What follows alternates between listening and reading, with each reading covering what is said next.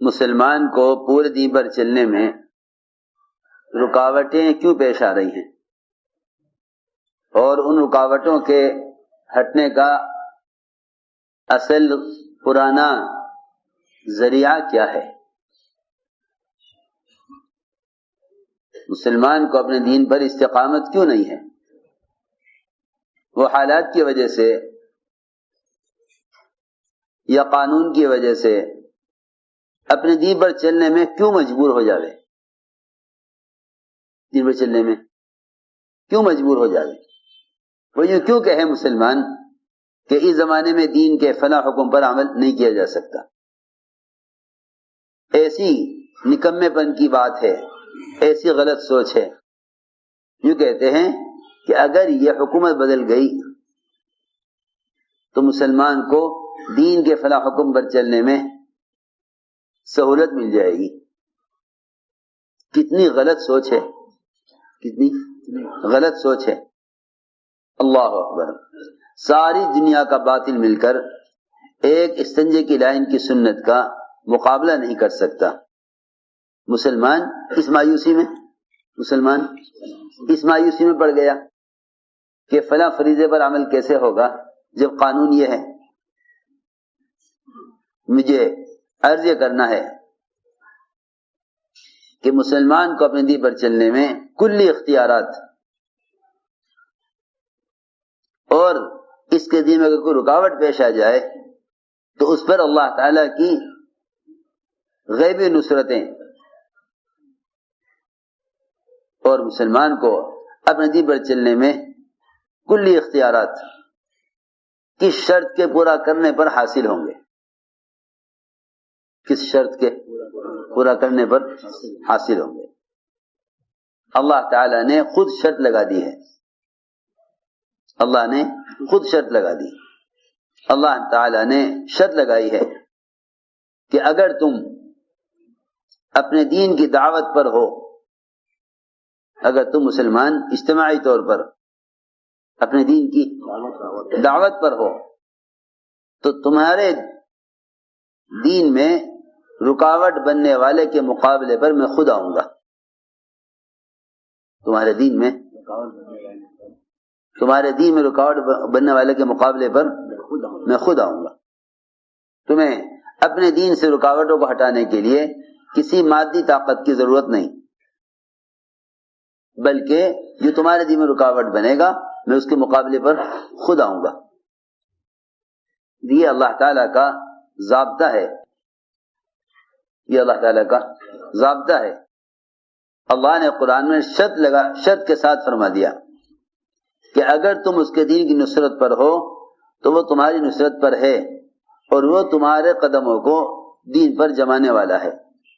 ان تنصروا اللہ ینصرکم ویثبت اقدامکم۔ اللہ نے دعوت اللہ کو دین پر استقامت کا ضابطہ بنایا ہے۔ اللہ نے دعوت اللہ کو دین پر استقامت کا ضابطہ بنایا ہے۔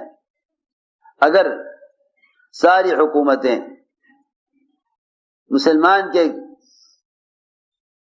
دین کے کسی حکم پر چلنے میں رکاوٹیں بن جائیں اور سب کے سب ایک وقت میں مجتمع ہو جائیں،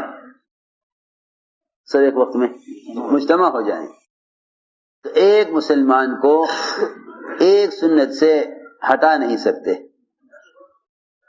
ایک مسلمان کو ایک سنت سے ہٹا نہیں سکتے۔ یہ قوت مسلمان میں اس وقت تک تھی جب تک یہ اپنے دین کو لے کر خود دعوت دیا کرتا تھا اور خود نقل و حرکت پر تھا۔ خود نقل و حرکت پر تھا۔ میں جو کہہ رہا ہوں میری بات توجہ سے سننی پڑے گی۔ جب سے دین اور اس کے احکام کی اشاعت نقل و حرکت سے ہٹ کر آلات اور ذرائع پر اور نشر و اشاعت پر آ گئی، اس وقت سے دین کے لیے براہ راست مسلمان کے استعمال کا مجاہدہ ختم ہو گیا۔ دین کے لیے براہ راست مسلمان کے استعمال کا مجاہدہ ختم ہو گیا۔ گویا اب دین کی نصرت نہیں، اب ذرائع دین کی نصرت ہو رہی ہے. میری بات بہت توجہ چاہے گی. اب دین کی نصرت نہیں بلکہ ذرائع دین کی نصرت ہو رہی ہے. مسجد تعمیر کرانا ذرائع دین ہے. مسجد تعمیر کرانا ذرائع دین میں سے ہے، کیونکہ مسلمان نماز پڑھیں گے تو ان کے لیے مسجد تعمیر کرا دو. میری بات توجہ چاہے گی بہت، کیونکہ مسلمان نماز پڑھیں گے اس لیے مسجد تعمیر کرا دو. مسلمان بھوکے ہیں اس لیے کھانا کھلا دو. مسلمان بیمار ہیں اس لیے مفت دوا کا انتظام کر دو. مسلمان مقروض ہیں ان کے قرضے ادا کرا دو. ان کے قرضے ادا کرا دو. مسلمان دین سیکھنا چاہتے ہیں، لہذا دین سیکھنے کے لیے سہولت اور ذرائع اپنے مال سے اس کا انتظام کر دو. اپنے مال سے اس کا انتظام کر دو. لوگ مسلمانوں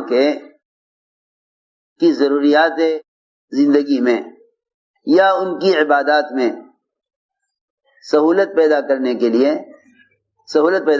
لیے مدد کرنے کو دین کی نصرت سمجھ بیٹھے. میری بات بہت توجہ چاہے گی. کیا سمجھ بیٹھے اس کو؟ دین کی نصرت.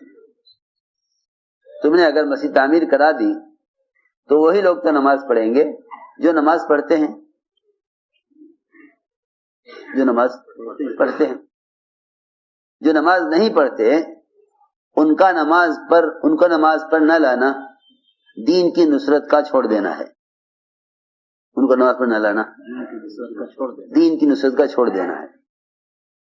اس کے ذہن میں یہ ہے کہ میں بھی تو دین کی نصرت کر رہا کیونکہ میں نے مسجد تعمیر کرا دی. ارے نماز تو مسجد کے بغیر بھی ہو جاتی، کیونکہ اللہ رب العزت نے اس امت کی خصوصیت یہ رکھی ہے کہ ساری دنیا کی زمین کو اس امت کے لیے سجدگاہ بنا دیا. ساری دنیا کی زمین کو اس امت کے لیے سجدگاہ بنا دیا. میں کچھ ضروری باتیں عرض کر رہا جو توجہ چاہیں گی. تو جتنے بھی ذرائع ہیں ان ذرائع پر مال خرچ کرنے کو مسلمان دین کی نصرت سمجھ بیٹھا. حالانکہ نصرت کے دو رخ ہیں. ایک نصرت کرنا دین کی، ایک نصرت کرنا دینداروں کی. ایک نصرت کرنا دین کی، ایک نصرت کرنا دینداروں کی. دینداروں کی نصرت غیر مسلم بھی کر دیتے ہیں. دینداروں کی نصرت غیر مسلم بھی کر دیتے ہیں. آپ میری بات توجہ سے سننا اور سمجھنے کی کوشش کرنا. آپ جانتے ہیں کسی علاقے میں سیلاب آ جائے، زلزلے آ جائیں، ٹرینیں ٹکرا جائیں، تو مدد کے لیے مسلمان غیر مسلم سب مدد کے لیے آگے بڑھتے ہیں. غیر مسلم یہ نہیں دیکھتا کہ یہ زخمی مسلمان ہے یا غیر مسلم. مسلمان یہ نہیں دیکھتا کہ یہ پریشان زخمی پڑا ہوا ہے، پانی مانگ رہا ہے. یہ پانی مانگنے والا مسلمان ہے غیر مسلم. سب مل کر سب کی مدد کرتے ہیں. مسلمان کی مدد کرنے کے لیے اسلام شرط نہیں. غیر مسلم بھی بہت سے مواقع پر مسلمانوں کی مدد کر دیتے ہیں. غیر مسلم بھی بہت سے موقعوں پر مسلمان کی مدد کر دیتے ہیں. بہت سے موقعوں پر مسلمان بھی غیر مسلموں کی مدد کرتے ہیں. اس بات کو پہلے سمجھ لو کہ مال سے مدد کر دینا اسلام کی مدد نہیں ہے، وہ مسلمان کی مدد ہے. وہ مسلمان کی مدد ہے. وہ مسلمان کی مدد ہے، اسلام کی مدد یہ نہیں ہے. کیونکہ اسلام کو قائم ہونے کے لیے ملک و مال کی ضرورت نہیں ہے. ملک و مال کی ضرورت نہیں ہے. اسلام کی کسی بھی ضرورت کا تعلق مال سے نہیں ہے. یہاں تک کہ حج جیسا فریضہ اس پر فرض ہے ہی نہیں جس کے پاس مال نہیں ہے. حج جیسا فریضہ اس شخص پر فرض ہے ہی نہیں جس کے پاس مال نہیں. زکوٰۃ جیسا فریضہ اس آدمی پر ہے ہی نہیں جس کے پاس مال نہیں. مال ہوگا تو زکوٰۃ فرض ہوگی، مال ہوگا تو حج فرض ہوگا، ورنہ یہ دونوں فریضے فرض نہیں ہیں. تو میں نے عرض کیا کہ دین کی نصرت کیا ہے. دین کی نصرت یہ ہے کہ مسلمان ایک دوسرے کو دین کی طرف آمادہ کریں. یہ دین کی نصرت ہے، یہ دین کی نصرت ہے. اس دین کی نصرت پر اللہ تعالی کی طرف سے دو وعدے ہیں کہ ایک تو ہم تمہاری مدد کریں گے تمام باطل کے مقابلے میں، اور دوسری بات یہ ہے کہ ہم تمہارے قدموں کو تمہارے دین پر جما دیں گے. تمہارے قدموں کو تمہارے دین پر جما دیں گے. اس زمانے میں لوگ خیر کے کاموں میں مال خرچ کر دینے کو دین سمجھتے ہیں. مالدار علم پر مال اگر خرچ کریں تو اس سے ان کو علم حاصل نہ ہوگا. مالدار اگر علم پر مال خرچ کریں تو اس سے ان کو علم حاصل نہ ہوگا جب تک وہ اپنی جان کو براہ راست حصول علم کے حاصل کرنے کے لیے اپنی جان کو استعمال نہیں کریں گے. کیونکہ جہل سے نکلنا بدن کو علم کے لیے استعمال کرنے پر ہے. مال خرچ کرنے سے علم حاصل نہیں ہوگا، مال خرچ کرنے سے علم حاصل نہ ہوگا. اگر کوئی یہ چاہے کہ مال سے علم خرید لے، مال سے علم خرید لے تو یہ علم حاصل کبھی نہ ہو سکے گا. یہ سمجھنے کی بات ہے. تو میری بات کا خلاصہ یہ ہوا کہ اس زمانے میں مسلمان براہ راست تو استعمال ہو رہا ہے دنیا کے لیے، براہ راست استعمال ہو رہا ہے دنیا کے لیے. اس کی دنیا کا کمایا ہوا تھوڑا سا حصہ 5% یا بہت سے بہت 10%، وہ مال کا کمایا ہوا حصہ وہ مسلمان دین سیکھنے والے مسلمانوں کی ضرورت پر خرچ ہو رہا ہے. دین سیکھنے والے مسلمانوں کی ضرورت پر خرچ ہو رہا ہے. اتنے مسلمان علم حاصل کر رہے ہیں، ان کے لیے میں کھانے کا انتظام کرتا ہوں. اتنے مسلمان دین سیکھ رہے ہیں، میں ان کے لیے سایہ کا انتظام کرتا ہوں.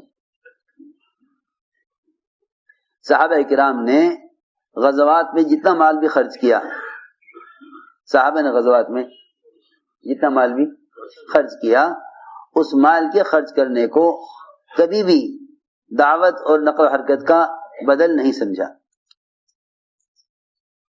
بلکہ مال کے خرچ کرنے کو ایک مسلمان کا حق اور اس کی ضرورت کو اپنی ضرورت تو سمجھا، لیکن مال خرچ کرنے کو اللہ کے راستے کی نقل و حرکت اور خود دین کے سیکھنے کا کبھی بدل نہیں سمجھا. میرے دوستو عزیزو، اگر سب مل کر خیر کے کاموں میں مال خرچ کر دیں، خیر کے کاموں میں مال خرچ کر دیں، تو جب مال خرچ کرنے والوں کے دین کے مقابلے پر کوئی قانون یا کوئی رکاوٹ آئے گی تو یہ اس رکاوٹ کا مقابلہ مال سے نہیں کر سکیں گے. رکاوٹ کا مقابلہ مال سے نہیں کر سکیں گے. یہ ہے سمجھنے کی بات کہ دین پر اگر کوئی رکاوٹ آ گئی تو یہ دین کی رکاوٹ کا مقابلہ مال سے نہیں کر سکیں گے. یہ بات کھلی آنکھوں نظر آ رہی ہے. جتنا چاہے تم مال خرچ کر دو، لیکن دین کی آنے والی رکاوٹیں مال سے کبھی دور نہیں ہوں گی. دین پر جو رکاوٹ آئے گی وہ تو